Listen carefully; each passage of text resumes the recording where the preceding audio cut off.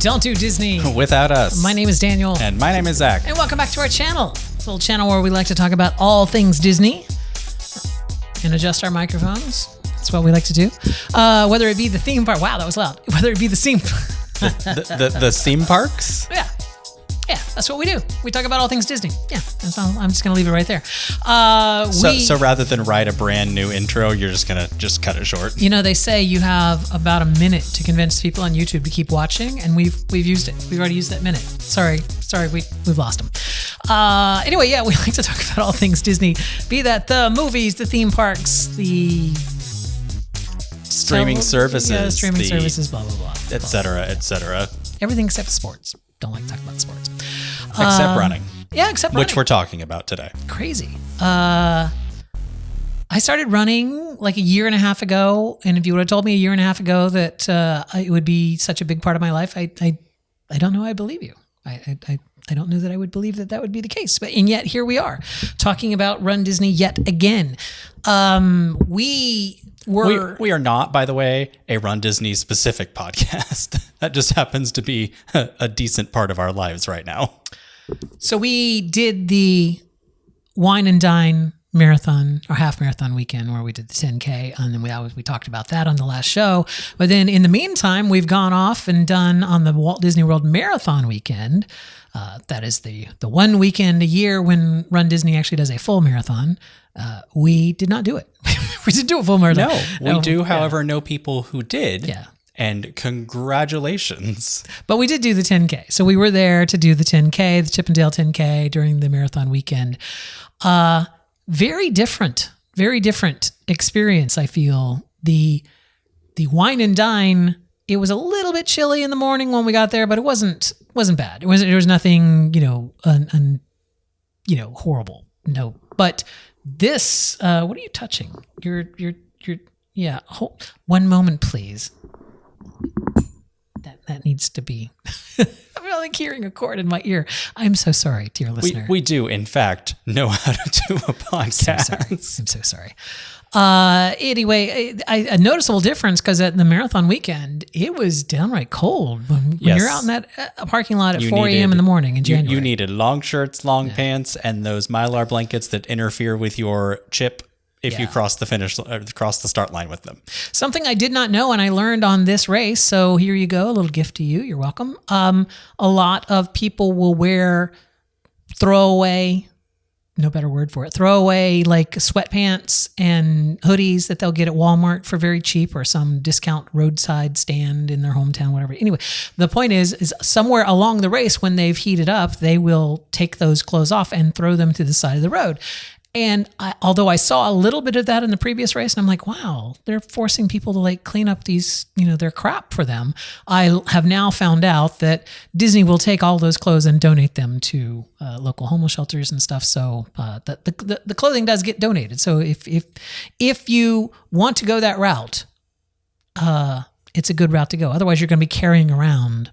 You're either going to be freezing until you're done, until you get warmed up, or you're going to just be dying near the end because you're carrying around so many clothes and whatnot. But I just have to wonder, because I didn't see this happening, although I did see, the aftermath, the various pieces of clothing strewn about the course. Yes. In my brain, I'm like seeing somebody running, and then all of a sudden, that sexy striptease music starts, and they just start taking off their clothes as they're running, even though it's probably much less. It's probably just ripping it off as fast as you can. At that point in time, they're sweating and they're not a sexy reveal. Probably it's just kind of like, oh my god, I'm dying. They're getting this thing off. It was 45 degrees, and now it's not. Yeah. The other thing that we did differently on this Run Disney weekend that we hadn't done on the Wine and Dine weekend is we stayed on property. So we actually stayed at Disney at the All-Star Resorts. And what were your feelings about that? Comparing, we normally have the last two races we've stayed off property over at a Sheridan vacation kind of condo place. This time we stayed on property. What were your feelings about it? It was the cheapest option of all the hotels that we could find because we waited really late to book our hotel. Mistake number one. And I mean, we stayed at All Star Sports. Mm-hmm. We weren't there for the theming. We were literally just there to, fall asleep. And for that purpose, it was fine. The All Stars really are just kind of, they do feel like a slightly higher end Days in, yeah. basically. But aside from the accommodation, yeah, of course, All Stars is a value resort, and where we were staying, the Sheraton Vistana would be considered like a deluxe place. Right, whole apartment, 2 bedrooms, all that jazz. Right. But I wasn't really even talking about it. I'm just talking about the experience in relation to the race. Like, did it make it better to stay on Disney property for the race? Because when you come in for these races, if you're from out of town, then, it feels like Disney is the better choice because you don't have to rent a car, right? But if you are a local or you're driving here or you have a vehicle anyway, is it better staying on Disney property, or was it just as good staying off property? I would say probably about the same, although the ability to just walk up to the bus stop at the front of the hotel and get a bus directly to the Epcot parking lot and not have to deal with driving and other people driving and the innumerable road closures on Run Disney weekends may tilt it a little bit. I thought it was interesting that they're not Disney buses that take you there. Because there's so many that you need. They'd use their entire fleet just trying to get all the people to the race. So they lease, or they not lease. They contract with Academy or somebody like that. The only real complaint that I had with the Disney transportation for the race was coming back from the race. They had the heater going in that bus, and there was no way to turn it off, and it was just like a sauna in that bus. I started getting a headache from crazy. The heat in the bus. I feel like it's still if you have a car, I feel like it's better to stay off property because you just get more. You get more room, you get more quiet, you get more, a All Stars, a value resort is going to have exactly what you would imagine. It's going to have a lot of noise, a lot of people walking the hallways late at night. They're on vacation, they're having fun, and that's great. But you're trying to sleep because you have to be up at 4 a.m. to get to Epcot. But the nice touches... Or sooner than 4 a.m. Yeah, the nice touches were things like they knew that we were there for race weekend. Like they knew that we were a part of the race. We had a little welcome gift specifically for the race weekend in our room. When they had to change the half marathon course over the weekend due to weather, we got calls in our room, even though we weren't running the half marathon, but we did get calls, informing us of that change. And, they kept us in the loop there.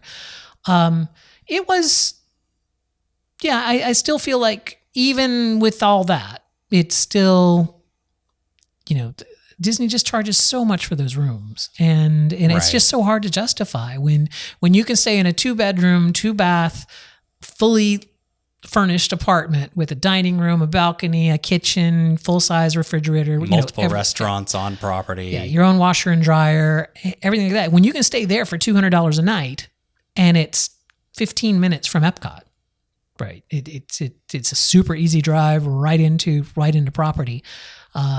That's hard to beat. But I think the other difference that we experienced between Wine and Dine did you have anything else to add about the accommodations? No, and please don't get us wrong.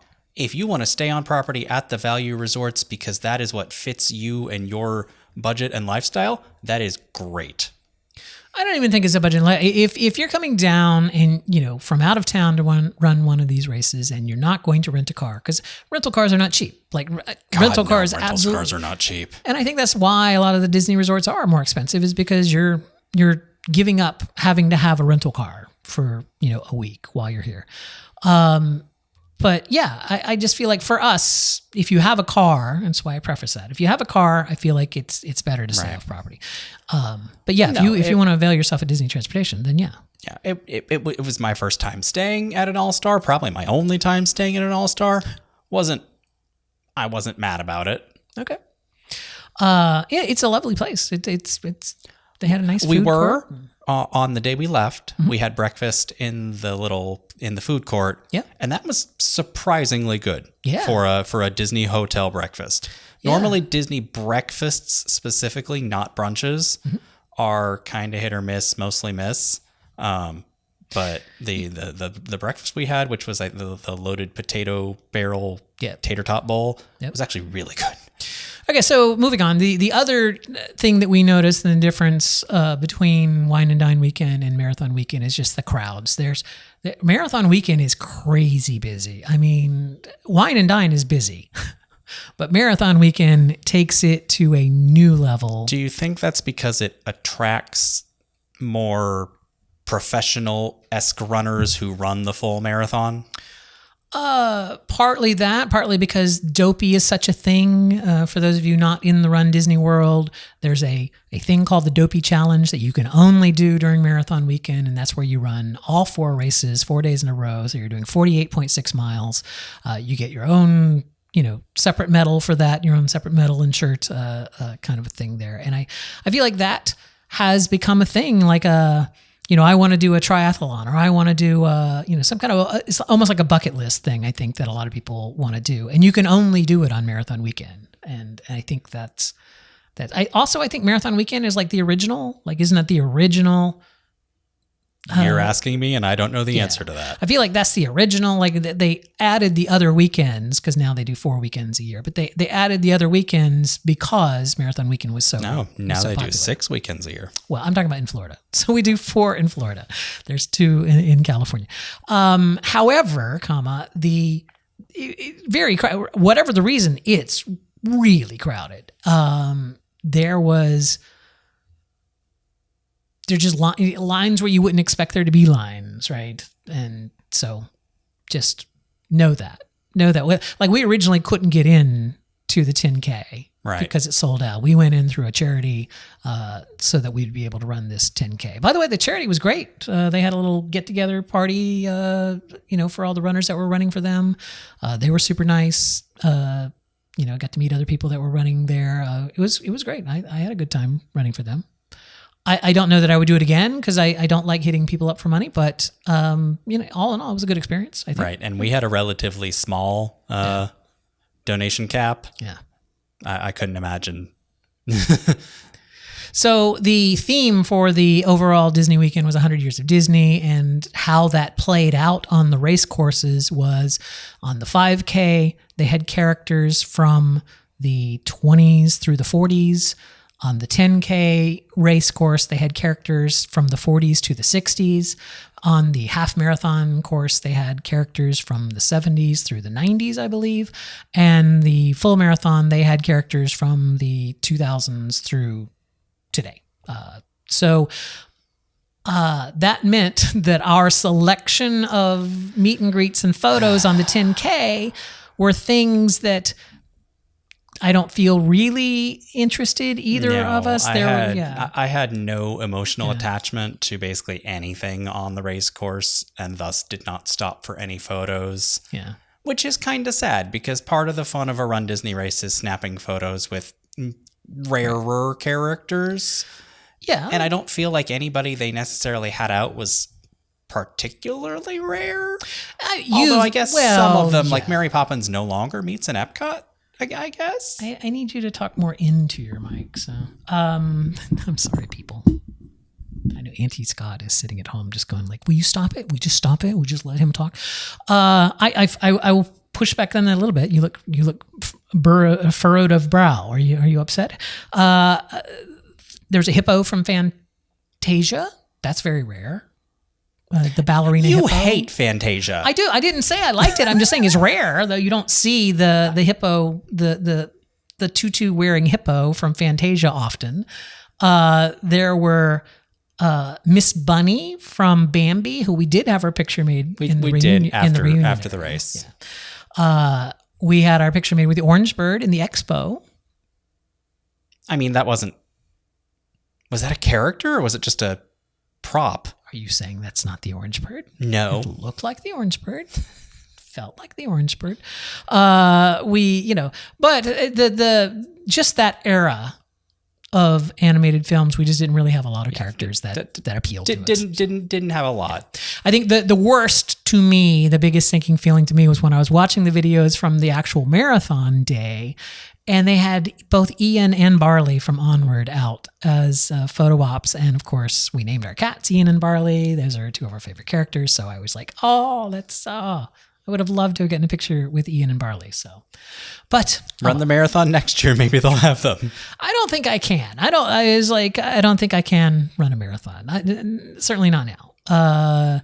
I'm working right now, training towards a 10-mile, and that's tough enough. And I can't, at this point in my running career, I can't imagine wanting to run any race where I literally have to refuel myself through the middle of the course while I'm running because my body has used up all the available energy that it had. All right, so the 10K itself, the Chippendale 10K, very cold in the morning, but it was a great day. It was just, the weather was nice. I think it was the only of the 4 days that it didn't rain at all. Yes. So we had, despite the weather forecast calling for rain, we lucked out. Yeah, we had great weather for the 10K. We both set PRs for it since we didn't stop for any photo ops. So we did both set PRs. Yeah, it was a great race. It was fun.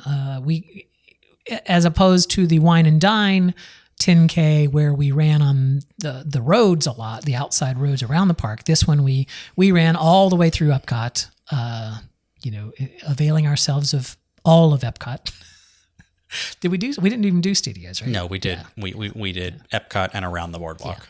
Yeah. That's true. Yeah. So we did Epcot and then around Beach and Yacht Club and the boardwalk and stuff. And that was the same course that I did for Springtime Surprise last year. So I like that course a lot.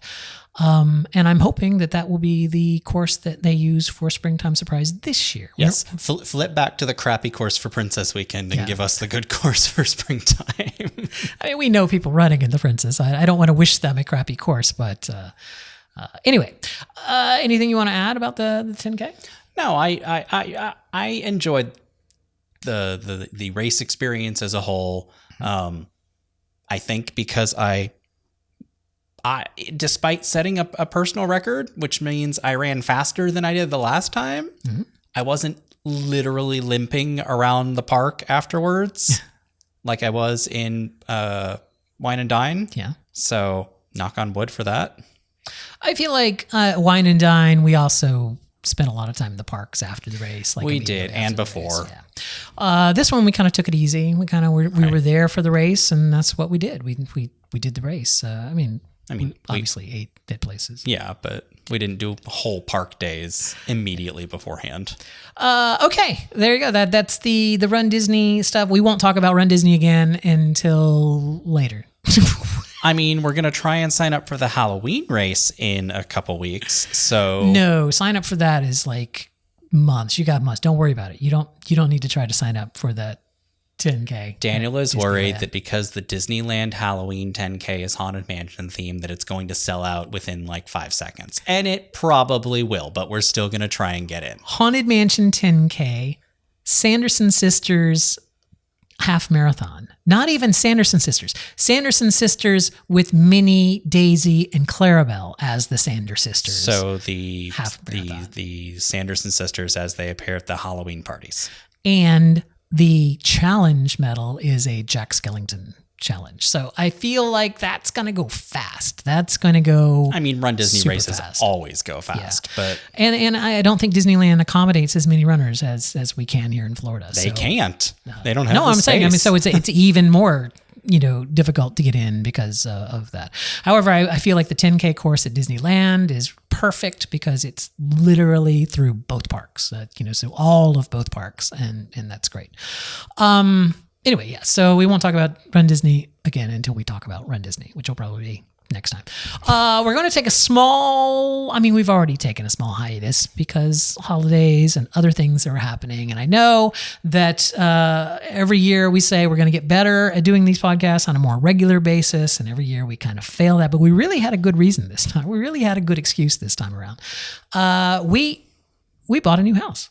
So We are still Not yet. Yeah, we are under contract to buy a house. We're closing on a new house. We are hopefully closing on a new house. You're just a beam of optimism over here. Look, your villain is trying to make it that way. We're fine. We're closing on a house February 15th. And this time we're moving very close to Disney's, which is something that has been on our bucket list for a while. Yes. So we're moving to Claremont, Florida. So from our house, as the crow flies, we're about 7.1 miles from the Magic Kingdom. We're about 6.5 miles from Animal Kingdom. And again, as the crow flies. And we're probably about 8 miles from the lake that my family used to have a house on growing up, so I'm familiar with that area. It's great. It's near a lot of wildlife preserves. There's just a whole lot of really cool things happening in Claremont, Florida, outside of being really close to Disney. We previously had gone to Claremont several times to run some of their small races, like the Halloween 5K and the Christmas 5K. They've got a really cute little downtown there, really great little running community there that we're excited to be a part of.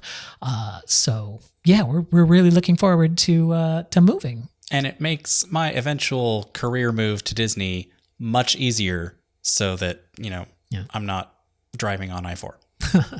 It also means that we never have to stay at a hotel for a Run Disney event, because which kind of sucks, because we already have a non-refundable hotel room booked for Springtime Surprise, because we booked that before we decided we were going to go buy a house. Yeah, the hotel at Springtime Surprise is actually about a half of a mile further away from Epcot than our house, but on the other side of property. So we have to leave our house, drive 45 minutes to get to a hotel that we're going to stay at that's half mile further away from Epcot than where we started. So yeah, I'm not quite sure. So if any of you are running Springtime and you need a hotel room, we'll check you in, and then you can just pay us back. No, that is fraught with peril. I feel like if you're in that situation, they'll reach out to us. Maybe we can. Or if you want to watch our cats. Yeah, but we'll figure it out. We got a long time to figure that out. Anyway, so yeah, new house. There's a lot of things happening in Lake County where we're moving to. A lot of really cool things that are just kind of starting to happen, like starting to build up there. I feel like we're in early enough that we'll be able to take advantage of a lot of these new restaurants and shops and stuff that are going to be built. Like we will be like some of the only customers for a while until they get finished building their new apartments and stuff. So yeah, I'm super excited about Lake County and living there.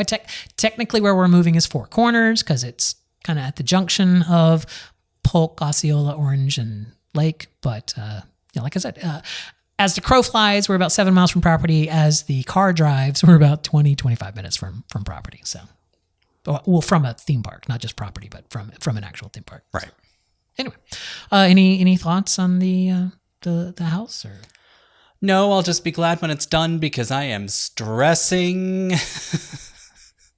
It's just a lot, but I am very excited to be moving closer to where a lot of people we know are, where a lot of our friends are, and just being able to be closer to things we want to do and being able to do them on more of a whim. All right. So for people who are watching this on video, this is going to be the last podcast that will be in this room. So you will see a different background when we do another podcast. And it will probably be, I know it was about a month in between episodes. It'll probably be about another month as we get things set up and whatnot. But yeah, but remember, you can always follow us on the socials. We're on all of them as, what are we on? As WDW Aristocrats on most of them. On most of them. They're also if you're watching on YouTube, all of them are linked down below in the doobly-doo. Also, if you're listening on Spotify or you want to look at our show notes, they're also in there. There you go. That's that little piece of business taken care of. I don't think we need to even do this section here. We'll save that for another day. Yeah, we'll talk about that on another day. Let's just jump right into our heroes. Take a month off and forget how to talk. Let's talk about our heroes and villains of the week, and then we will, of the episode, and then we will head out of here and let you get back to your life, back to your very important. Wait, that sounds condescending. Sorry, I didn't mean it that way. Even hero, odd villain. So we start with heroes this time because we're in an even episode. My hero of this episode is Ken Posick. I want to say Posick. Who is Ken P? He is a realtor in Orlando, not the one we used. We didn't, but he has a YouTube channel, and I've been watching endless videos, learning all about Lake County and in Claremont where we're moving and all the things like that. They're nicely done. They're nicely produced. So if you have any interest in looking at the Central Florida area, housing wise, or you just kind of want to know what the scoop is, like development wise and things that are going on there, check him out. It's Ken Posick, Pozek, on YouTube. We'll link it in the show notes. Yeah, we will. But it's basically youtube.com/@Ken Posick. Go check out his YouTube channel there. But super great. We just watched one last night about the new celebration building, the new section of celebration that they're building. Island Palms or whatever it is. Yeah. So anyway, my hero of the week, Ken Posick, even though he's not the realtor we used.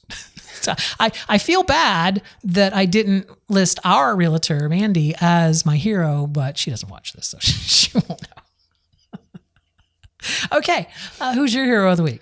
The retheme, or the half retheme, half completed retheme of the Pixar Place Hotel over in Disneyland. Yeah. We know people, including Mr. Dirk Libby, who are there right now, who have been sharing their experiences and their pictures and their videos. Mm-hmm. And it looks really nice. It looks really cute and really Pixar and really Disney without... There's the... I'm trying to find a delicate way to say this. Okay. I know a lot of people like the really over-the-top Disney theming at the All-Stars or at Art of Animation. Yeah. So this takes that and scales it back a little bit, but you still feel like you're in a Disney hotel. So pretty much any moderate resort here, and like Port Orleans or Caribbean Beach or Coronado Springs. Something like that. No, because I feel like, at least from the pictures and videos that I'm seeing, the theming is much more apparent than at, say, Coronado. The Grand Gastino Tower is not apparent in its theming? I don't feel like it's overtly Disney. I feel like it's elevated Disney. It's got Mickey is throughout there. It's got the elevated, but not like right there in your face. I saw Joe Wilson playing the piano. Yes, that looks really fun. Yeah. I don't think he's there all the time. No, he and Bing Bong do like they're permanent characters, but they're not always on. But no, I would love to stay there if we get into the Halloween race weekend or Oogie Boogie Bash or both. Mm-hmm. We will probably not stay there because apparently because it is a Disney hotel, it is, Disney hotel prices. And as we know, though, they're about 2 times the price of everything around them in Anaheim. We can still go visit. But yeah, we can. And they have their own dedicated entrance to DCA. We didn't spring for the Grand Californian, but we certainly spent our time there. So we hung out at the bar there, had the restaurant there. It was really good. So, okay, my villain of the week is our underwriter, who has been asking for the most ridiculous documents, and we, being very good, organized people, have provided them with said documents in a very timely manner, only to get follow-up emails asking us for things that we've already sent. It's just kind of... If I send you a document... do you even read the stuff we send you? Because you asked for this already. We've already sent it to you. Can you please... It feels... If anything is going to delay our closing, it's this. Yeah, it's one of those, just feels weird. The whole like disorganized piece of it, right? And I feel like we were talking about this earlier. I feel like when we bought this house, the underwriting was the part that kept throwing things up until literally the last minute. Yeah. So we'll see. Anyway, my villain of the week. Don't even know the underwriter's name, but you, sir or madam, are a villain. And yours? Judge Alan Windsor. Why? Who is that? The judge, the Tallahassee-based judge who dismissed Disney's First Amendment suit against Ron DeSantis by saying they have no standing. Yeah. I'm not a lawyer, but Disney has standing. Remember, kids, when the government comes after you, you have no standing. Even if they admit to doing so as political retaliation and publish it in a book. Yeah. Thankfully, he dismissed without prejudice, so Disney can and will refile an appeal. So. Wow. A DeSantis judge doing something without prejudice. That seems odd. Anyway, you can follow us on our socials, as I mentioned before. You can also email us, don'tdodisney@gmail.com, or leave a comment on our any of our video places. So if you watch this on YouTube, you can leave a comment down below. Zach will be happy to reply to you. If you are on Spotify, I don't think there's a comment section there, but you can email us. If you're listening to the audio-only version of this podcast, we do have a video version of this podcast. It's available on our YouTube channel. It's also available on Spotify if you watch on Spotify.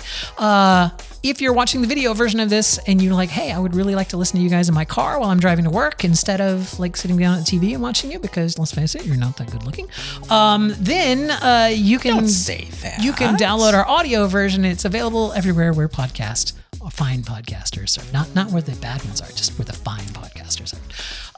Anyway, elevated podcasts. That's right. The elevated podcast. All right. Is there anything else that I need to say? Nope. I think all that is left for me to say is to ask, nay, beg for you to please, please, please don't do Disney without us.